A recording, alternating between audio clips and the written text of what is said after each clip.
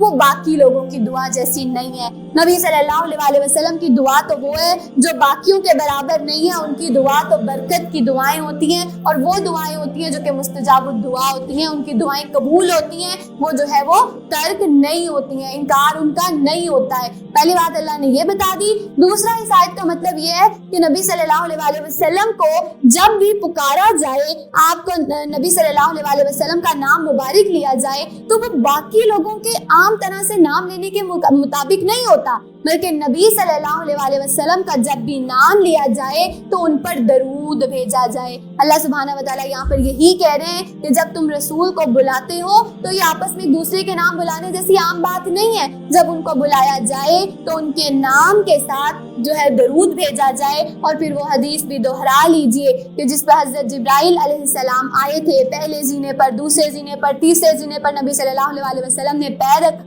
رکھا تھا، اور حضرت جبرائیل علیہ السلام نے آمین کہا تھا۔ اس کے اندر انہوں نے ایک بد دعا یہ بھی کی تھی کہ الہی جو کوئی شخص میرا نام سنے اور اس پر درود نہ بھیجے میرے نام کے ساتھ، تو اس پر بھی جو ہے حضرت جبرائیل علیہ السلام نے آمین کہا تھا کہ وہ شخص جو ہے وہ ذلیل و خوار ہو جائے گا۔ پھر اس کے بعد نبی صلی اللہ علیہ وسلم کی وہ حدیث کے الفاظ کہ بدترین وکیل وہ ہے کہ وہ شخص جس کو اللہ نے زبان دی اور وہ نبی صلی اللہ علیہ وسلم پر درود نہ بھیجے۔ تو گویا کہ نبی صلی اللہ علیہ وسلم کا نام پکارے جانا باقی لوگوں کے نام پکارے جانے کی طرح نہیں ہے۔ جو ہی نبی صلی اللہ علیہ وسلم کا نام پکارا جائے تو اس پر فوراً سے درود ہمیں بھیجنا ہے۔ اور پھر اس آیت کا تیسرا مطلب یہ ہے کہ جب صحابہ کو پکارا جائے، نبی صلی اللہ علیہ وسلم صحابہ کو جب پکارے تو وہ اس پکار کو باقی لوگوں کے پکارنے جیسا نہ لے، گویا کہ یوں نہیں سمجھے کہ جیسے ہم نے کسی شخص کو بلایا اسی جیسا نہ لے۔ یہاں پر کیٹیگوریکلی کہا جا رہا ہے کہ جب نبی صلی اللہ علیہ وسلم صحابہ میں سے کسی کو پکارے تو انہیں چاہیے کہ وہ فوراً ہی بھاگتے دوڑتے ہوئے جائیں اور نبی صلی اللہ علیہ وسلم کی بات کو سب سے پہلے امپورٹنس اور پرائیورٹی دیں۔ آج کے دور میں یہ تو نہیں ہے کہ نبی صلی اللہ علیہ وسلم ہمیں پکارے اور ہم لپکتے ہوئے ان کی طرف چلے جائیں، لیکن آج جو چیز ہم سے ڈیمانڈ کی جا رہی ہے وہ ہے نبی صلی اللہ علیہ وسلم کی سنتوں کا اتباع۔ وہ نبی صلی اللہ علیہ وسلم کی سنتوں کا اتباع، ہمیں اسے عام کرنا ہے، ہمیں یہ قرآن اور حدیث کی تعلیمات کو عام کرنا ہے۔ ہمیں جب کسی ایسی قرآن یا حدیث کلاس کی ہمیں دعوت دی جائے، اس کے فلائرز دی جائیں کہ اس یہ قرآن کلاس ہے، فلاں جگہ پر ہے، اس میں شامل ہونا ہے، تو اس دعوت کو عام دعوت نہ سمجھا جائے، بلکہ اس دعوت کو اپنی ٹاپ پرائیورٹی اور پریفرنس رکھ کر اس کے اندر جایا جائے۔ لیکن آج ہم قرآن کلاس کو تو پریفرنس نہیں دیتے ہیں، لیکن اگر ہمیں کہیں سے جو ہے وہ کانسرٹ کی ٹکٹ آ جائے، کسی ایسے فحش کام کا ارادہ کر لیا جائے، اس کی دعوت دے دی جائے، تو اس پر ہم لپک کے جاتے ہیں۔ اللہ سبحانہ و تعالیٰ ہمیں اپنی فکروں کے پیمانے درست کرنے کی توفیق دے، اپنی پرائیورٹیز اور اپنی پریفرنسز بہتر کرنے کی توفیق دے، آمین ثم آمین۔ تم جس روش پر بھی ہو اللہ اس کو خوب جانتا ہے۔ تم پردہ کرتی ہو، تم زینتوں کو چھپاتی ہو یا نہیں چھپاتی ہو، تم اپنی نظروں کو جھکاتی ہو یا نہیں جھکاتی ہو، اللہ ہر روش کو جانتا ہے۔ جس روز لوگ اس کی طرف پلٹیں گے وہ انہیں بتا دے گا کہ وہ کیا کچھ کر کے آئے ہیں، کیونکہ وہ ہر چیز کا علم رکھتا ہے۔ حدیث کے الفاظ دوہرا لیجئے، کوئی ابن آدم اپنی جگہ سے ہل بھی نہ سکے گا جب تک وہ 5 سوالوں کے جواب نہ دے دے۔ وہ 5 سوال، جوانی کیسے گزاری؟ اچھا جوانی گزر گئی تھی، تمہیں پتہ نہیں چلا؟ جوانی کے بعد اگلی عمر کیسے گزاری؟ تم نے مال کیسے کمایا؟ مال کما لیا تھا، پھر اس مال کو خرچ کیسے کیا؟ اور وہ علم تمہارے پاس جو سورہ نور کے پر نور احکامات آئے تھے نا، اس علم کو تم نے سننے سمجھنے کے بعد اس پر کہاں تک عمل کیا؟ یہ سارے وہ سوالات ہیں جو اللہ سبحانہ و تعالیٰ اس روز پوچھیں گے، اور ان کا جواب دیے بنا کوئی بھی ابن آدم اپنی جگہ سے ہل نہیں سکے گا۔ اللہ سبحانہ و تعالیٰ ہم نے بھی سورہ نور کے اتنے پر نور سے احکامات سنے، ہر سطح اور ہر لیول کے احکامات کو سننے سمجھنے شرح صدر کرنے کے بعد اب اس کے مطابق ہم اپنی زندگیوں میں اپنانے والا بنا دے۔ ہمارے لیے اپنی نظروں کی حفاظت کرنا، اپنی نظروں کو جھکانا، اپنی زیب و زینت کو نامحرم رشتوں سے چھپانا آسان بنا دیجئے، ہمیں رب پسند لباس پہننا ہمارے لیے آسان بنا دے، ہمیں وہ غیر رب پسند لباس سے جو ہے وہ چھٹکارا حاصل کرنے والیاں اور رب پسند لباس پہننے والیاں بنا دے، آمین ثم آمین۔ اللہم نور قلوبنا بالقرآن وزین اخلاقنا بالقرآن وادخلنا الجنة بالقرآن ونجنا من النار بالقرآن، ربنا لا تزغ قلوبنا بعد إذ هديتنا وهب لنا من لدنك رحمة إنك أنت الوهاب، آمین ثم آمین یا رب العالمین۔